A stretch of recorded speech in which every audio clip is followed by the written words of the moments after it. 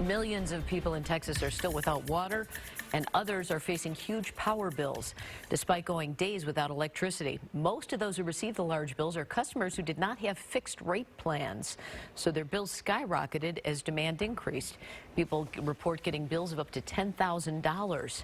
Houston Mayor Sylvester Turner says Texans should not have to shoulder that burden. Governor Greg Abbott says he will try to find solutions to those huge bills, but he did not offer details. Joining us now is Krista Castaneda, an oil and gas engineer and trial lawyer in Dallas. Good morning. Good morning. So Texas has its own power grid. Talk about what role that plays in all this. Well, we do not regulate our power grid, and to the extent we do, we regulate it very lightly. So that when we get these extreme events like this, it means that we generally don't have good controls on how power is being delivered and where it's being delivered because there is a loose system of communications. So there's been a lot of speculation about what actually caused this. Is this they didn't put enough, politicians didn't put enough money into upgrades to make this system winterized? Is it, what is your takeaway from what went wrong? We're still learning, but right now what we know is that natural gas supplied about 45% of the demand that went down. It seems like natural gas plants that generate electricity were having trouble getting supply, and the plants themselves were having trouble operating in winter conditions. Why they had trouble getting supply is both due to physical issues but also market issues, and so we're still investigating that here.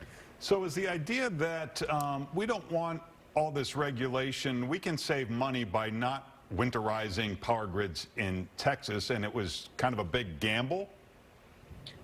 Yeah, I mean, that's part of the issue. It could be that you know, this really was an unforeseen event. I mean, I know engineers everywhere could have trouble with this kind of situation. They would have prepared for knowing that this would go down. And what I think really happened here is people failed to prepare the populace to know that this was going to go down so hard. So who's to blame? Who do you think?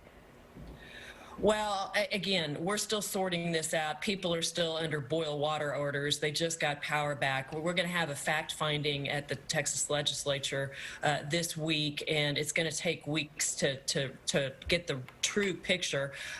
Hopefully, it's going to lead to better and more robust preparedness for events like this and a market that actually functions together to deliver power to Texans when we have these kinds of events. So some people are getting $16,000 bills because they're on this plan where you pay based on usage and so forth. In hindsight, does that look like a bad idea, even though in general it may work out? In times like this, it doesn't. Yeah, I mean, I think the people who designed this system would say that's a feature, not a bug. And of course, it is a terrible, terrible outcome in a situation like this. Just yesterday night, the governor signed an order suspending power companies' abilities to send those bills and temporarily from keeping the companies from cutting people off the system. So I think there's going to be some relief for consumers, we hope. But let's also be clear. There are going to be power companies that fail over this. All right, Krista, thank you so much for joining us. Thank you.